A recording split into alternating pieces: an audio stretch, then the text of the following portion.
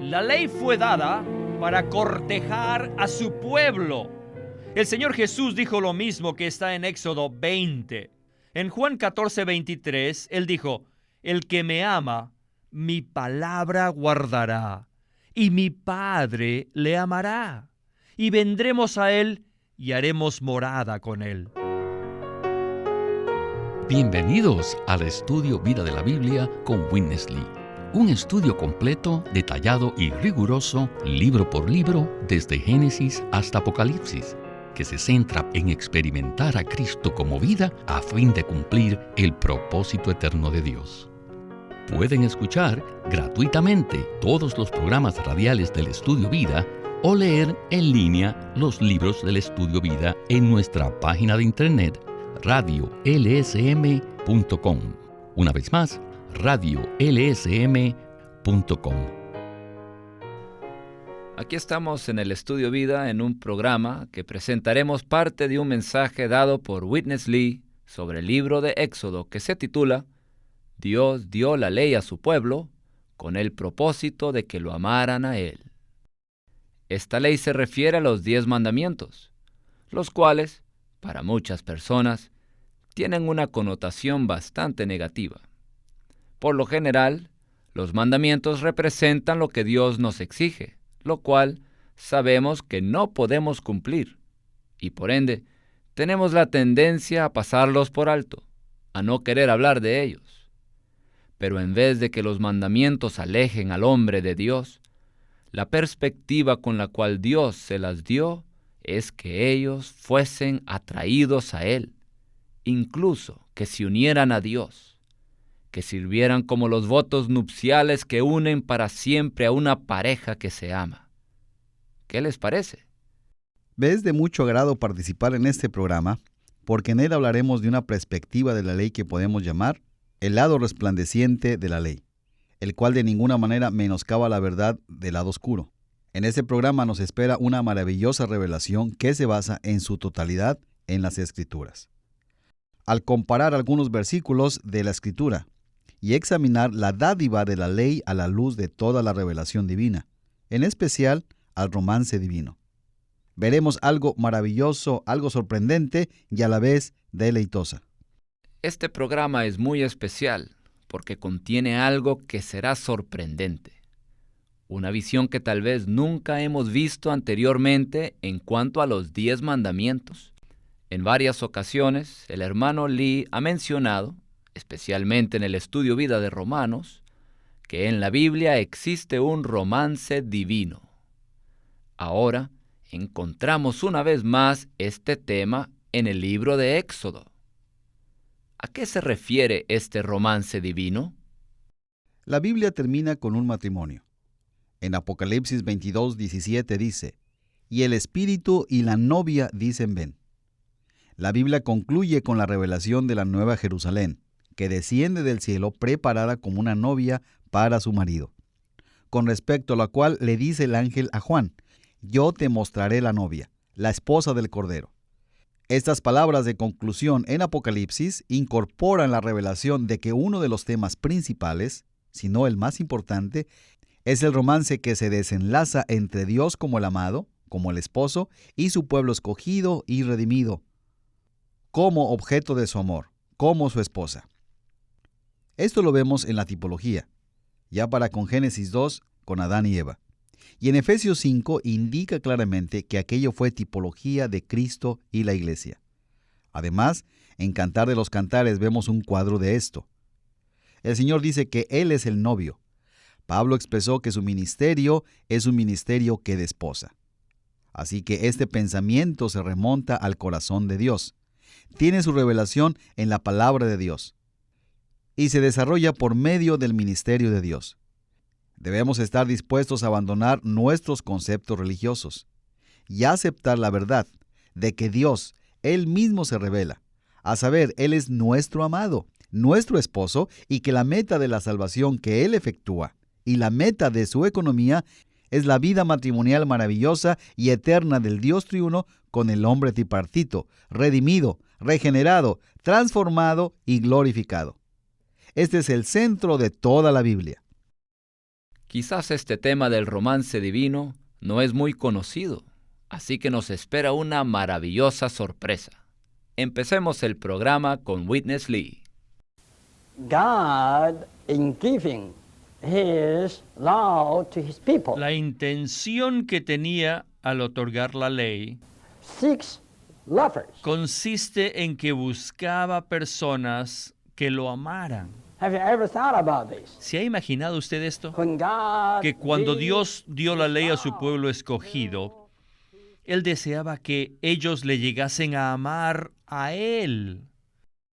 En varias porciones del Antiguo Testamento, tales como los libros de Isaías, Jeremías, Ezequiel y Oseas, mencionan a Dios como el esposo de los hijos de Israel y a los hijos de Dios como la esposa. Esta es la revelación divina. Aún el Nuevo Testamento se refiere a este mismo pensamiento. Por ejemplo, en 2 Corintios 11:2, Pablo, al hablarles a los corintios, les dijo: «Porque os celo con celo de Dios, pues os he desposado con un solo esposo para presentaros como una virgen pura a Cristo». El Nuevo Testamento enseña que la iglesia compuesta de todos los creyentes es la esposa de Cristo. Sin embargo, muchos de nosotros tal vez nunca hayamos oído que Israel en el Antiguo Testamento estaba casado con Dios, había sido desposada con Él. Dígame, ¿cuándo, dónde y cómo se desposó Dios con Israel? En Jeremías 2:2, Dios le dijo a Israel: «Me he acordado de ti, de la fidelidad de tu juventud». Después dice: «Del amor de tu desposorio, cuando andabas en pos de mí en el desierto, en tierra no sembrada». Esto se refiere al amor que tenía Israel para Dios cuando fue desposada con Él. Parecía que Dios le decía: «Israel, he sido desposada contigo y tú conmigo. Fuiste desposada conmigo. Hubo un compromiso en el cual me amaste. Nunca me olvidaré de ese amor por mí. Recuerdo ese amor de tu juventud y recuerdo el amor de tu desposorio conmigo. También recuerdo cuando andabas en pos de mí en el desierto». ¿Saben? Al leer el capítulo 16 de Ezequiel, nos damos cuenta de que allí se refiere a lo que aconteció en Éxodo. En el versículo 8 le habla a Israel diciendo: «Y pasé yo otra vez junto a ti, y te miré, y he aquí que tu tiempo era tiempo de amores». ¿Qué clase de amor es este? Es el amor del noviazgo. Y continúa diciendo: «Y te di juramento y entré en pacto contigo. Y dice Jehová el Señor: y fuiste mía». ¿Dónde y cuándo se hizo este compromiso? Este pacto fue promulgado en el monte de Dios, cuando se dio la ley en Éxodo 20. Posiblemente jamás ningún cristiano ha pensado que la ley que fue dada allá fue un contrato de noviazgo. La ley se refiere al pacto de compromiso de Ezequiel 16:8. La ley fue una transacción en la cual el pueblo de Dios se comprometió con Él, e Israel se comprometió con Dios. Fue un compromiso nupcial. ¡Qué visión tan tremenda vemos aquí! Los 10 mandamientos dados por Dios fueron un pacto, un compromiso nupcial, un contrato matrimonial. ¿Qué otros versículos podrían probar este pensamiento? Bueno, el hermano Lee hizo referencia a Jeremías 2 y Ezequiel 16. También se habla claramente de esto en Isaías 54:5, que dice: «Tu marido es tu hacedor». En otras porciones de Isaías se usan cuadros, figuras de la relación de una pareja, de un matrimonio, para describir la relación que tenemos con el Señor. El Cantar de Cantares consiste de una historia que da énfasis al aspecto personal, en que el creyente busca al Señor en un amor íntimo, personal, afectuoso. En el Nuevo Testamento, en Mateo 9, el Señor se refiere a sí mismo como el novio. En Mateo 22 se habla de que el reino de los cielos ha venido a ser semejante a un rey que hizo fiesta de bodas para su hijo. En Juan 3, Juan el Bautista dice que el que tiene la novia es el novio. ¿Quién es el novio? Es nuestro Señor Jesús. ¿Quién es la novia? Todos los redimidos. En 2 de Corintios 11:2 Pablo dice: «Os celo con celo de Dios, pues he desposado con un solo esposo, para presentaros como una virgen pura a Cristo». Esto indica que para Pablo, su ministerio tenía como fin desposar a los creyentes con Cristo. Luego en Apocalipsis 19 dice: «Gocémonos y alegrémonos, porque han llegado las bodas del Cordero. Bienaventurados los que son llamados a las cenas de las bodas del Cordero». Finalmente, la Biblia concluye con esto mismo. Así que vemos en la Biblia que Dios es romántico. Él vino a enamorarnos, a cortejarnos, a desposarnos consigo mismo. Y cuando el Señor vuelva, los vencedores se casarán con Él y serán su novia en la era venidera. Y en la eternidad, todos los creyentes, después de ser perfeccionados, serán parte de la esposa del Cordero por los siglos de los siglos. Esta es la verdadera historia de amor, el romance divino del universo. Esto es maravilloso. ¡Qué maravilloso! Continuemos el programa con Witness Lee. The condition of God's engagement with Israel Las condiciones del compromiso nupcial entre Dios y su pueblo was the Ten Commandments. se encuentran en los 10 mandamientos. I would ask you to read Veamos los 12 Exodus versículos en Éxodo 20 que mencionan los primeros 5 mandamientos. El versículo 2 dice: «Yo soy Jehová tu Dios, que te saqué de la tierra de Egipto, de casa de servidumbre». Esta no es una palabra legalista, sino una palabra de amor, hablándole íntimamente a su pueblo. El Señor le declara: «Soy Jehová tu Dios, aquel que era, que es y que será para siempre, que te saqué de la servidumbre». El versículo 3 dice: «No tendrás dioses ajenos delante de mí». O sea, yo debo ser el único a quien tú amas. No debes amar a otros dioses aparte de mí. Este fue el primer punto del compromiso. Miren, en el versículo 4 continúa: «No te harás imagen ni ninguna semejanza de lo que esté arriba en el cielo, ni abajo en la tierra, ni en las aguas debajo de la tierra». Esto es lo mismo que diría un joven cuando se compromete con una muchacha.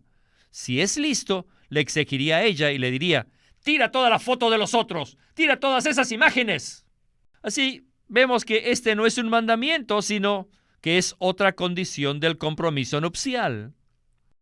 Bueno, el versículo 5 dice: «No te inclinarás a ellas, ni las honrarás, porque yo soy Jehová tu Dios, fuerte, celoso, que visito la maldad de los padres sobre los hijos, hasta la 3ª y 4ª generación de los que me aborrecen». Y continúa: «Y hago misericordia a millares, a los que me aman y guardan mis mandamientos. Ya que me tienes a mí, no quiero que tengas a nadie más». Estas palabras, otra vez, son otra condición del compromiso. Ahora, el 3er mandamiento dice: «No tomarás el nombre de Jehová tu Dios en vano, porque no dará por inocente Jehová al que tomare su nombre en vano». Esto quiere decir que si me amas a mí, no debes mencionar mi nombre tan sueltamente.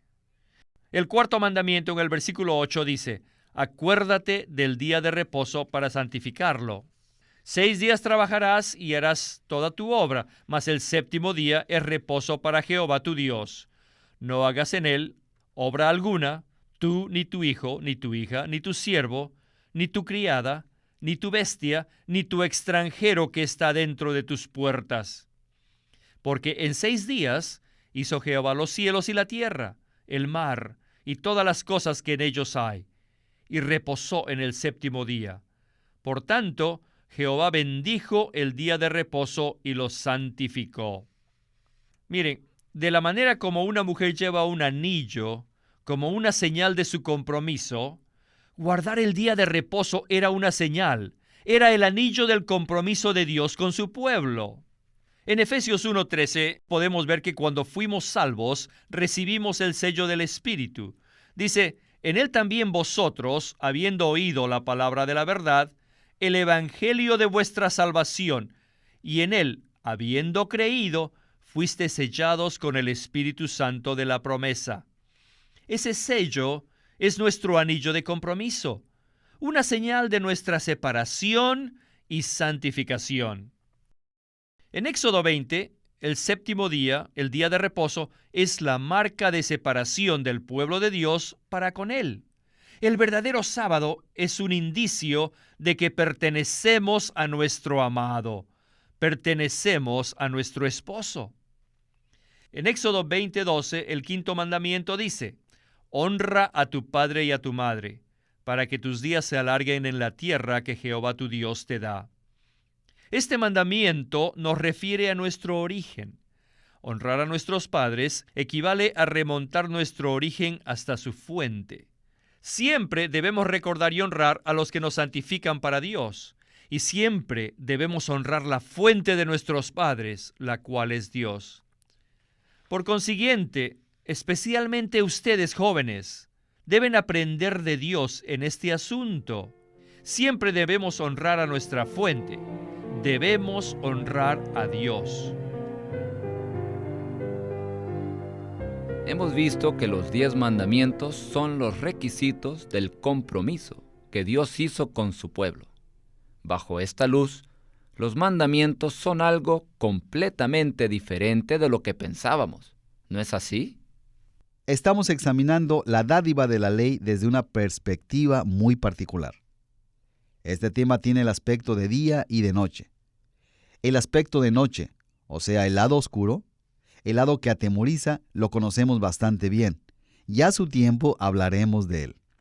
Las personas que estaban al pie del monte temblaban de miedo, pero Moisés estaba en la gloria, siendo lleno de Dios. Y los profetas hablaban de la dádiva de la ley como un evento del que se concretó un compromiso. Israel en su juventud fue desposada a Dios cuando se promulgó el pacto y fue dada la ley. A los 10 mandamientos se les llama las 10 palabras.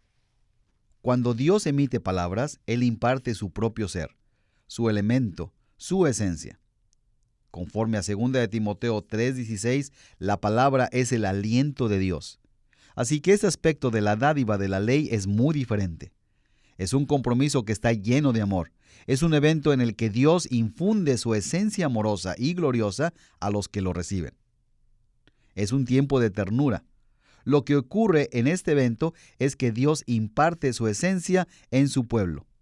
Cuando se realiza un compromiso, ¿acaso se promulgan decretos? ¿Acaso se hacen exigencias en un ambiente amenazador, lleno de terror, lleno de miedo, de tinieblas? ¿Qué es esto? ¿A quién le gustaría comprometerse con alguien bajo estas circunstancias? Cuando alguien le propone matrimonio a una persona y ésta acepta, es un momento glorioso en la vida humana. Pero tenemos que decir que esta preciosidad a lo más es una imagen, un reflejo del verdadero compromiso y del deleite, del amor que acompaña nuestro desposorio con el Dios triuno en Cristo.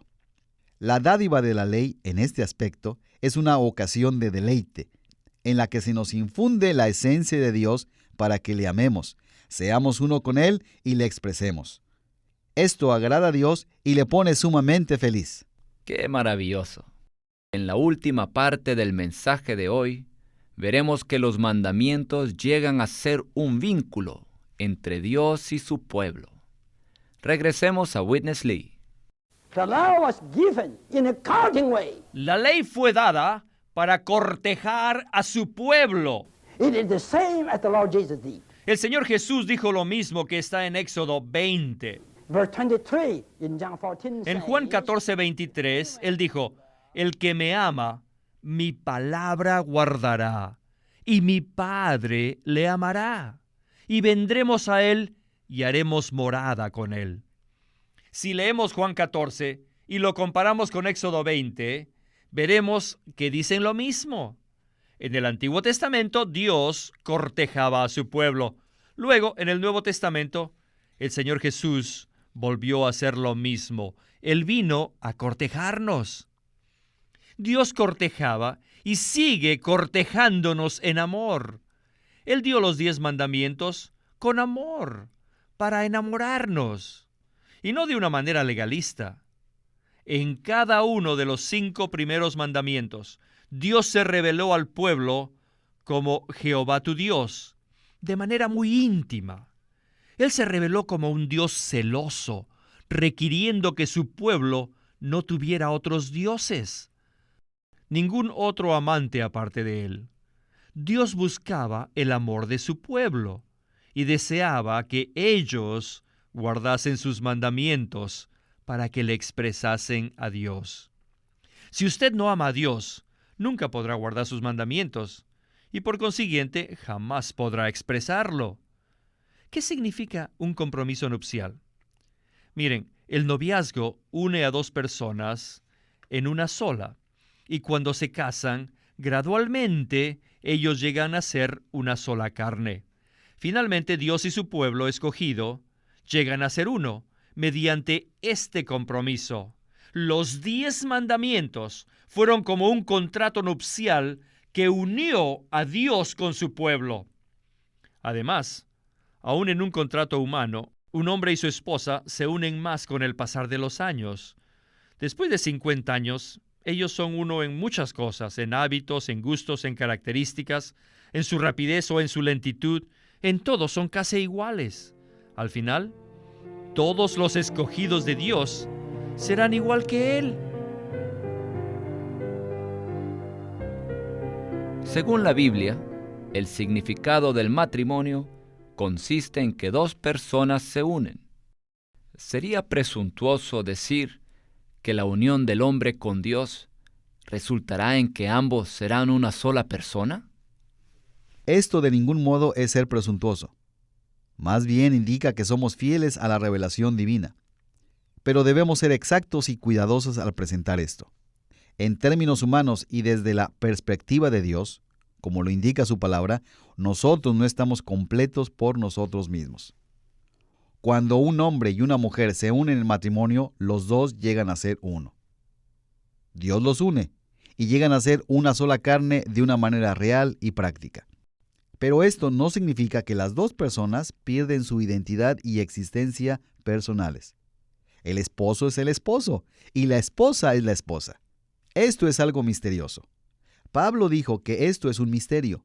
Le llamó el gran misterio, refiriéndose a Cristo y a la iglesia. Así que efectivamente, la Nueva Jerusalén es la consumación de la unión del Dios triuno con el hombre tripartito redimido. Es una persona corporativa compuesta de la unión y mezcla de Dios y el hombre, que hace de ellos una sola entidad. Pero esto no quiere decir que Dios deja de ser Dios y que su deidad sufre alguna alteración. Tampoco significa que el hombre redimido llegue a ser objeto de adoración. Dios sigue siendo Dios, y Él es el esposo, y es adorado literalmente por su esposa. Y la esposa, aunque es igual a su esposo, en vida, en naturaleza y en expresión, nunca llega a ser objeto de adoración. Habiendo establecido esta distinción, podemos decir sin temor a equivocarnos, porque la Biblia lo revela, que nosotros nos vamos a casar con el Dios triuno en Cristo y seremos una sola persona con Él. Este es un misterio. Esto es glorioso. Esto es maravilloso y es una verdad innegable. Esta es la revelación divina. Esto es lo que hay en el corazón de Dios y esto es lo que revela la palabra de Dios. Solo esta vida conyugal satisfacerá el deseo que hay en el corazón de Dios, nuestro Redentor. Aprecié mucho lo que dijo el hermano Lee de que cuando 2 personas se casan, al pasar los años, ellos llegan a tener la misma expresión en todo. Es maravilloso verlos, ¿verdad? Es raro encontrar esta clase de vida matrimonial en la actualidad, pero sí existe y es muy precioso. Pero recordemos que esto es solo un cuadro del matrimonio de Cristo con el hombre. Y el deseo que tenemos al difundir estos programas es ministrar la palabra de Dios por la gracia de Dios y bajo su bendición, y así colaborar con Dios para que la novia sea preparada para el día de la boda. Porque la Biblia dice, «He aquí el novio, salgamos a su encuentro». Y también dice, «Bienaventurados los que son invitados a las bodas del Cordero». Disfruté mucho sus comentarios. Muchas gracias. De nada, hermano.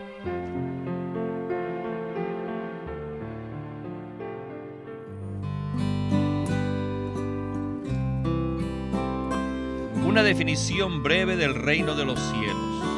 Un libro escrito por Witness Lee y publicado por Living Stream Ministry. La verdad acerca del reino es una revelación bíblica grandiosa y crucial. Es necesario que Dios establezca su reino a fin de llevar a cabo su propósito divino. El gobierno de Dios está con su reino, y allí Él ejerce plenamente su autoridad. En su segunda venida, Él juzgará a sus creyentes conforme a la manera en que ellos hayan vivido y laborado después de haber sido salvos, y basándose en ello, han de recibir recompensas o disciplina. En este libro, Witness Lee muestra que todo creyente debe llevar una vida regulada por el gobierno celestial. Además de nuestra salvación, debemos ejercitarnos y tomar la responsabilidad del reino de los cielos en esta era. Y aquellos que experimentan la realidad del reino hoy participarán en su manifestación como recompensa en la era venidera. Le recomendamos este libro titulado Una definición breve del reino de los cielos por Witness Lee. El estudio Vida de la Biblia es una producción de Living Stream Ministry que presenta el ministerio de Watchman Nee y Witness Lee. Queremos animarlos a que visiten nuestra página de internet libroslsm.com. Allí encontrarán los libros impresos del ministerio de Watchman Nee y Witness Lee, la Santa Biblia versión recobro con sus notas explicativas, y también encontrarán folletos, himnos, varias publicaciones periódicas y libros en formato electrónico. Por favor, visiten nuestra página de internet libroslsm.com. Una vez más, libroslsm.com. O llámenos a nuestro teléfono gratuito 1-800-810-1149. 1-800-810-1149. Además, si desean, pueden comunicarse con nosotros enviándonos un correo electrónico a estudiovida@lsm.org. Una vez más, estudiovida@lsm.org. Pueden escribirnos sus comentarios a Casilla Postal 2121, Anaheim, California 92814. Casilla Postal 2121, Anaheim, California 92814.